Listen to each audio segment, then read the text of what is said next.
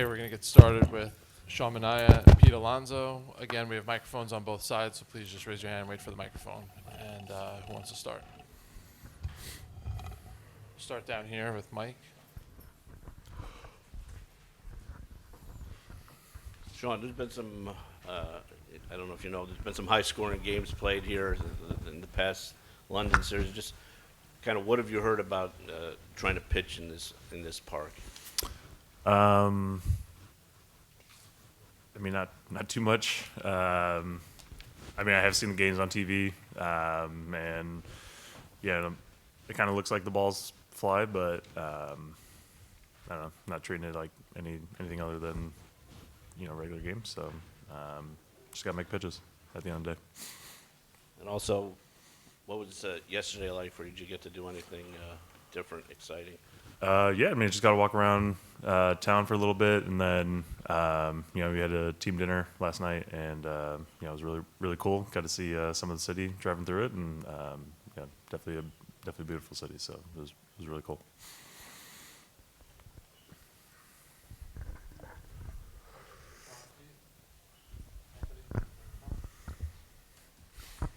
Pete, how was your pub experience with the relievers? Oh, it was super fun. Really enjoyed it. I thought it was a great time, and yeah, it was really nice to have a proper pint of Guinness.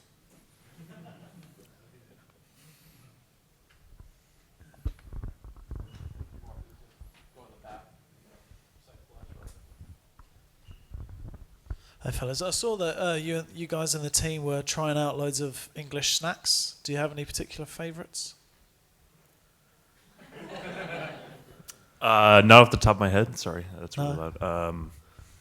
No, but do you have any recommendations? I saw. So I think. I'm a big chocolate guy, so. Cadbury's. You got to have Cadbury's. All right. It's better than Cadbury's Hershey's. Much better than Hershey's. Okay. Yeah. I'll be the judge of that. Just kidding. Well, I'm not sure there's much of a debate. Pickled onion Monster Munch, very good. All right. Yeah. Pickled onion Monster Munch? Yeah. Fruit pastels. Sure. Yeah. I mean, I'm not really much of a candy guy, but I have a question for you. Go. Pete Alonso, the polar bear. Hit me. Yeah, so I'm not necessarily sure because Sunday we're leaving, unfortunately. So I know Sunday roasts are a thing. Are they served like specifically on Sundays at places, or can you get this like at any time? Like a London roast, is that like? And what's your best recommendation for that? That varies. That varies. All I'd say is just have as much gravy as possible. I think you can get them on Sundays, but you can get them pretty much any time. So roast beef. Yeah, so we're taking off like probably right after the game. So like best spot in a pinch, like kind of like where all the touristy stuff is. Oh, I've got no. Toby Carvery, yeah. First every day, No. Okay. We got some. It's awful. Yeah. It's available. That's. Yeah. Yeah. Okay. Yeah. What's the best fish and chips in town? Oh, that's a good shot. That's a good question. Okay. Yeah, yeah. Golden Hind. And are you gonna have mushy peas? If that's a thing, yeah, sure. Yeah. 100% get mushy peas. Okay. And just a actual question about baseball for you, Pete. This year, a couple of weeks ago, we saw that Francisco Lindor called a team meeting, and there's really a sign of leadership there from the core members of the team. And you're one of those leaders, especially with the bat in hand.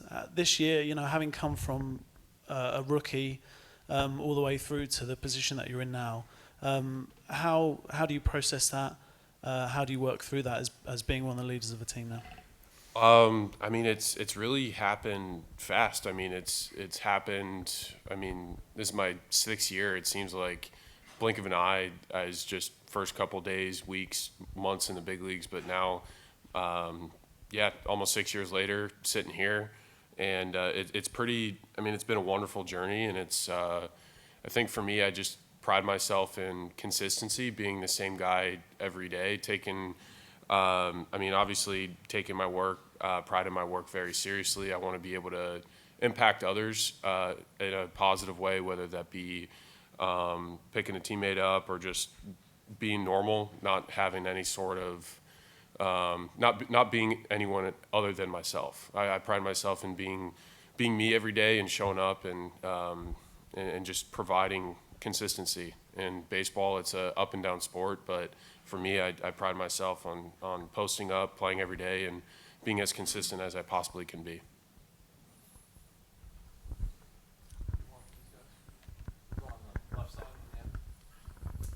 Okay, for both of you, Pete and Sean, the three major sports in England, of course, are football or soccer, rugby, and cricket. Do you have any knowledge or interest whatsoever in any of those three sports? I mean, I know a little bit about rugby and a little bit about football, but definitely not cricket. So, yeah. Yeah, I know zero things about cricket, but I do really like, or one of my favorite football players is Didier Drogba, Chelsea player for a long time. Yeah, out of the Ivory Coast, right? Yeah. Just an electric footballer. So one of my favorite players to watch. And I know a little bit about rugby. I think it's a really cool sport. And it's a really intense sport. And looking at some of the documentaries and stuff, like the brotherhood that those guys share, it's pretty special. So Amazing. yeah. I know nothing about cricket either, but I know USA upset Pakistan yesterday, so well done, USA. USA, that's right. Sure. Question for Pete. You had the chance to compete at the WBC against the Great Britain team. I just wanted maybe some thoughts on that Great Britain team, obviously qualifying themselves for the next one. Drew Spencer now moving into the Yankees organization. What do you sort of make of the development of the sport in this country?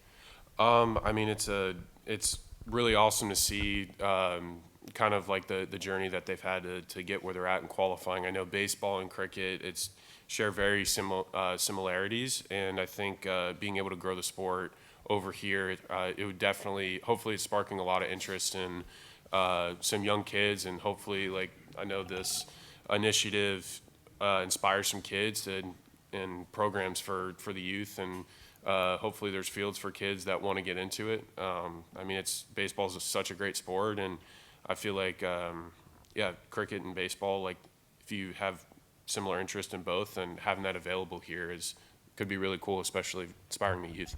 And having an international tournament, again, like a WBC where you're representing your country, how important is that for, in addition to a series like this, and kind of growing the game outside of America? I mean, it's really important, and it was a huge honor representing United States during the WBC, and it was an honor and it's a huge dream of mine, and hopefully get to do it again. Brilliant, thank you. All the way in the back on the left side. It's always a good plan for the MLB to sell the sport overseas, but it also makes you have to go a lot further for your physical health.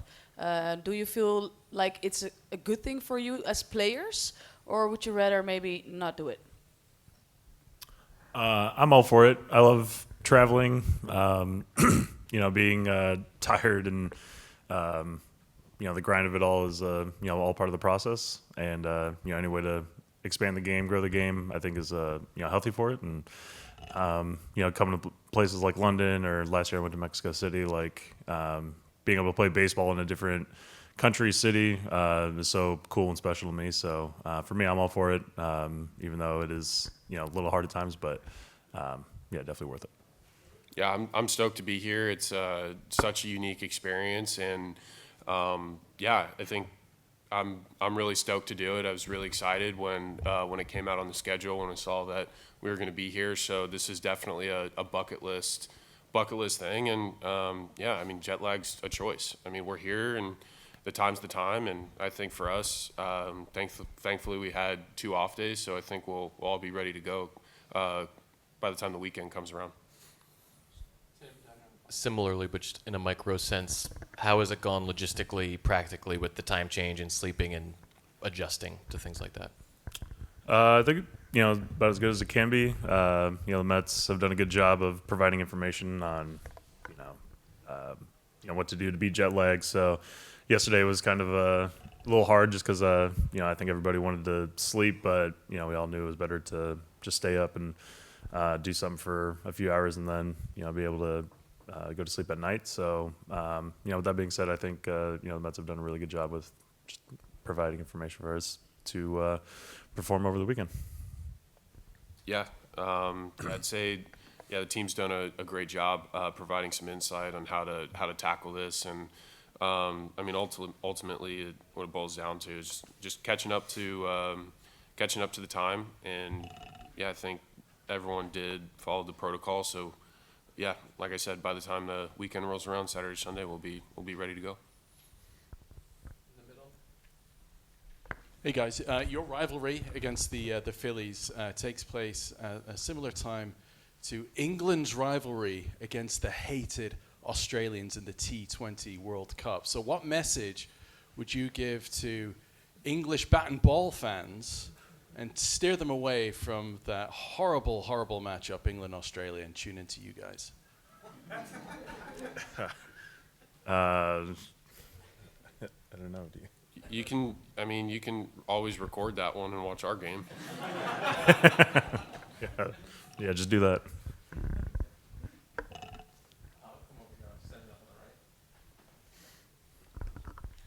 With you guys being on an international stage, same question for Sean and Pete. What do you hope fans come away learning about the Mets this weekend? Just how exciting baseball is in general. Obviously I love it, and I think a lot of people in America love it. But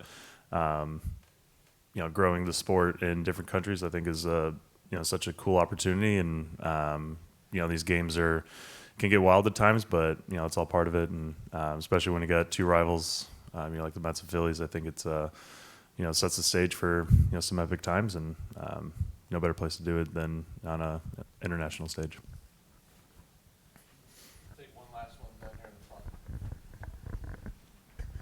So in 2019, your teammates JD and Adam were here. Have they shared any knowledge of the trip over here, given you any tips or things they have to tick off their bucket list now they're here for a second time? JD was our tour guide this morning. He showed us the changing of the guard, which was a really cool experience. So that was pretty epic, and JD just navigated the streets like a local. It was pretty cool.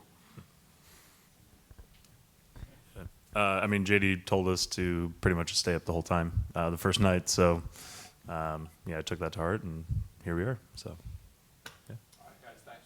thank you guys. Thank you guys. Cheers.